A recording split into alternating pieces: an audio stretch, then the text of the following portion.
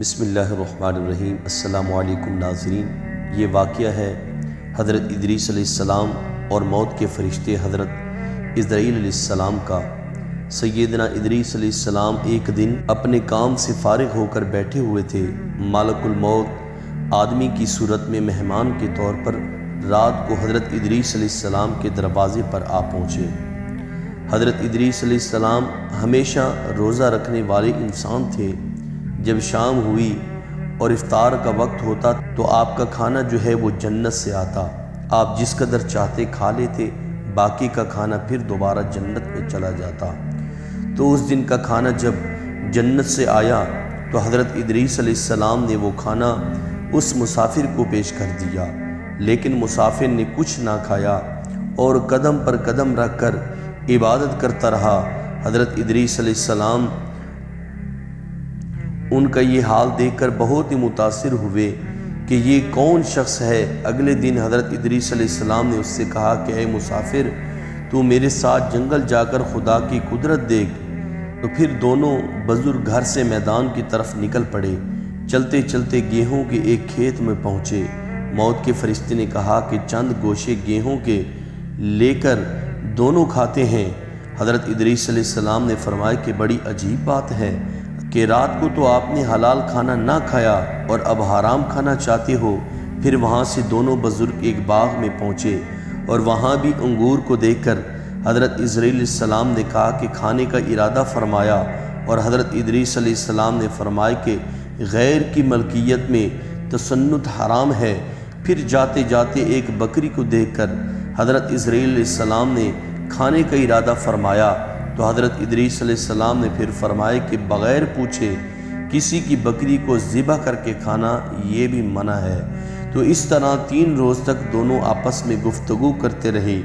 جب حضرت سیدنا ادریس علیہ نبینا علیہ الصلاۃ والسلام کو لگا کہ یہ شخص انسان نہیں معلوم ہوتا، تو فرمایا کہ خدا کے واسطے زہر تو کر کہ تو کون ہے؟ تو مسافر نے کہا میں حضرت اسرائیل علیہ السلام ہوں۔ تو حضرت ادریس علیہ السلام نے سن کر فرمایا کہ تم وہی ہو جو ساری مخلوقات کی جان نکالتے ہو؟ تو انہوں نے کہا کہ جی ہاں۔ تو حضرت ادریس علیہ السلام نے فرمایا کہ تم شاید میری جان قبض کرنے آئے ہو؟ تو انہوں نے کہا کہ نہیں، میں تمہارے ساتھ خوش ہدیہ کرنے آیا ہوں۔ تو حضرت ادریس علیہ السلام نے فرمایا کہ 3 دن سے تو میرے ساتھ ہے، کیا اس وقت بھی تو نے کسی جان کو قبض کیا ہے؟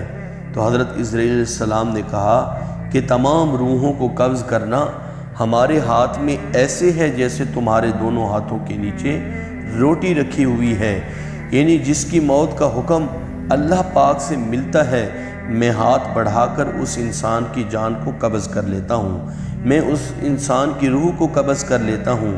تو ملک الموت بولے کہ اے ادریس، میں تمہارے ساتھ رشتہ داری قائم کرنا چاہتا ہوں، میں تمہارے ساتھ دوستی کرنا چاہتا ہوں۔ تو حضرت ادریس علیہ السلام نے فرمایا کہ میں تیرے ساتھ رشتہ داری قائم کروں گا، لیکن مجھ کو روح قبض کرنے کی کڑواہٹ سکھا دے تاکہ مجھے زیادہ خوف ہو اور عبرت حاصل ہو، اور جس سے میں اپنے خالق کی اور بھی زیادہ جو ہے وہ عبادت کر سکوں۔ تو ملک الموت نے کہا کہ میں اللہ کی رضا کے بغیر کسی کی جان قبض نہیں کر سکتا۔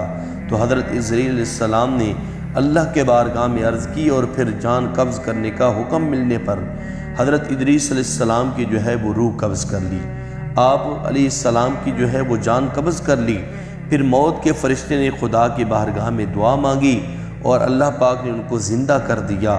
حضرت ادریس علیہ السلام نے ملک الموت کو اپنے گلے سے لگا لیا اور دونوں نے آپس میں رشتہ داری جو ہے وہ قائم کر لی، اور آپس میں جو ہے آپ نے دوستی قائم کر لی۔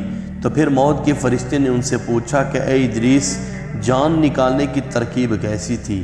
تو وہ بولے کہ جیسے کسی زندہ جانور کی کھال سر سے لے کر جو ہے وہ پاؤں تک ادھیڑ لی جاتی ہے۔